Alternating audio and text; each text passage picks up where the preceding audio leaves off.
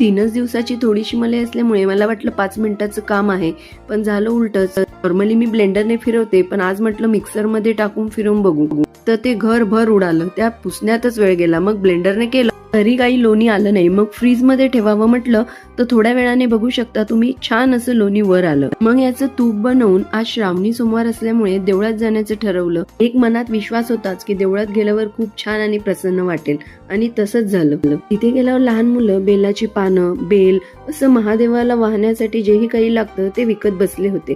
मग ते घेऊन दर्शन घ्यायला गेलो. बाहेरच असं सुंदर पेंटिंग आम्हाला दिसलं. मंदिरात महिला मंडळांचं भजन चालू होतं. देवाचं दर्शन झाल्यानंतर महिला मंडळांसोबत आम्ही थोडा वेळ घालवला. मंदिरात संध्याकाळी खूप गर्दी असते, त्यामुळे आम्ही दुपारीच जाऊन दर्शन घेतलं. आमच्या इथे सर्व मंदिरं एकाच ठिकाणी आहेत, त्यामुळे सर्वच देवांची दर्शन एकाच वेळी घेतल्या जातात. असा होता मग आजचा दिवस.